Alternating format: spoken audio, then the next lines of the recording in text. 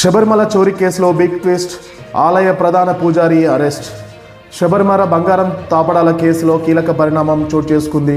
శబరిమల తంత్రి ప్రధాన పూజారి కందరారు రాజీవర్ను సిట్ అధికారులు అరెస్ట్ చేశారు.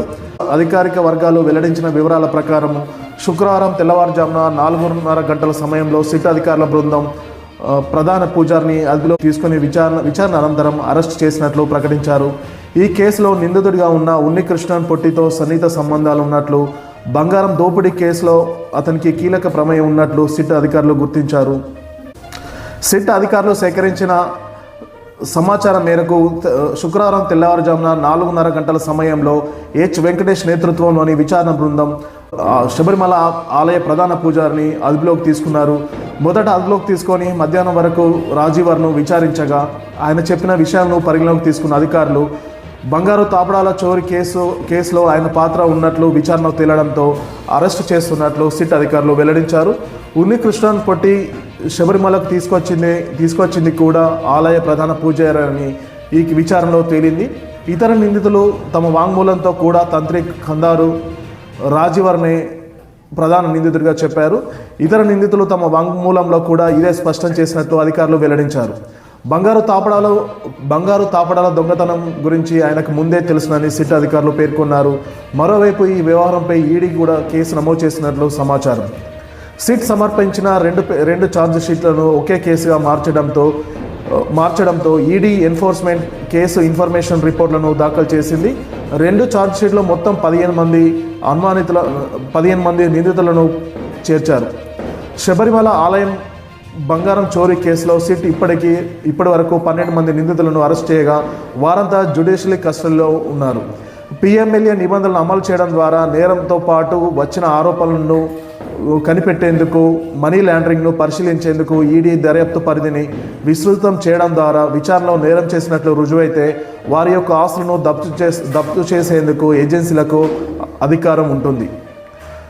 అసలు ఈ శబరిమల బంగారు తాపడాల దొంగతనం కేసు ఏంటిది, ఎప్పుడు జరిగిందనే వివరాలు చూద్దాం. శబరిమల మరమ్మతుల కోసం గర్భగుడి ముందున్న ద్వారపాలక విగ్రహాలపై బంగారు పూత పూసిన రాగి తాపడాలను 2019లో తొలగించారు. కాగా వాటిని సరిచేయించి ఆలయానికి కొత్త బంగారు పూత తాపడాలను చేయిస్తాని ఉన్నికృష్ణన్ అనే దాత తీసుకెళ్లినట్టు సమాచారం.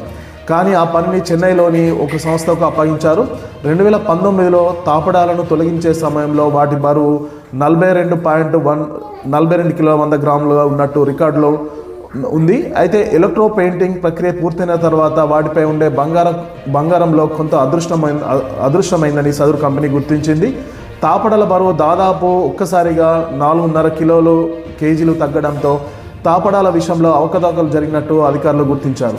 దీనిపై విచారణ చేపట్టిన పోలీసులు ఉన్నికృష్ణన్తో సహా పలువురు ప్రధాన అధికారులు ఈ కేసులో నిందితులుగా ఉన్నట్టు తేలింది. దీంతో ఈ కేసును రాష్ట్ర ప్రభుత్వం ప్రత్యేకంగా నియమించిన సిట్ బృందాన్ని కేసు అప్పగించింది.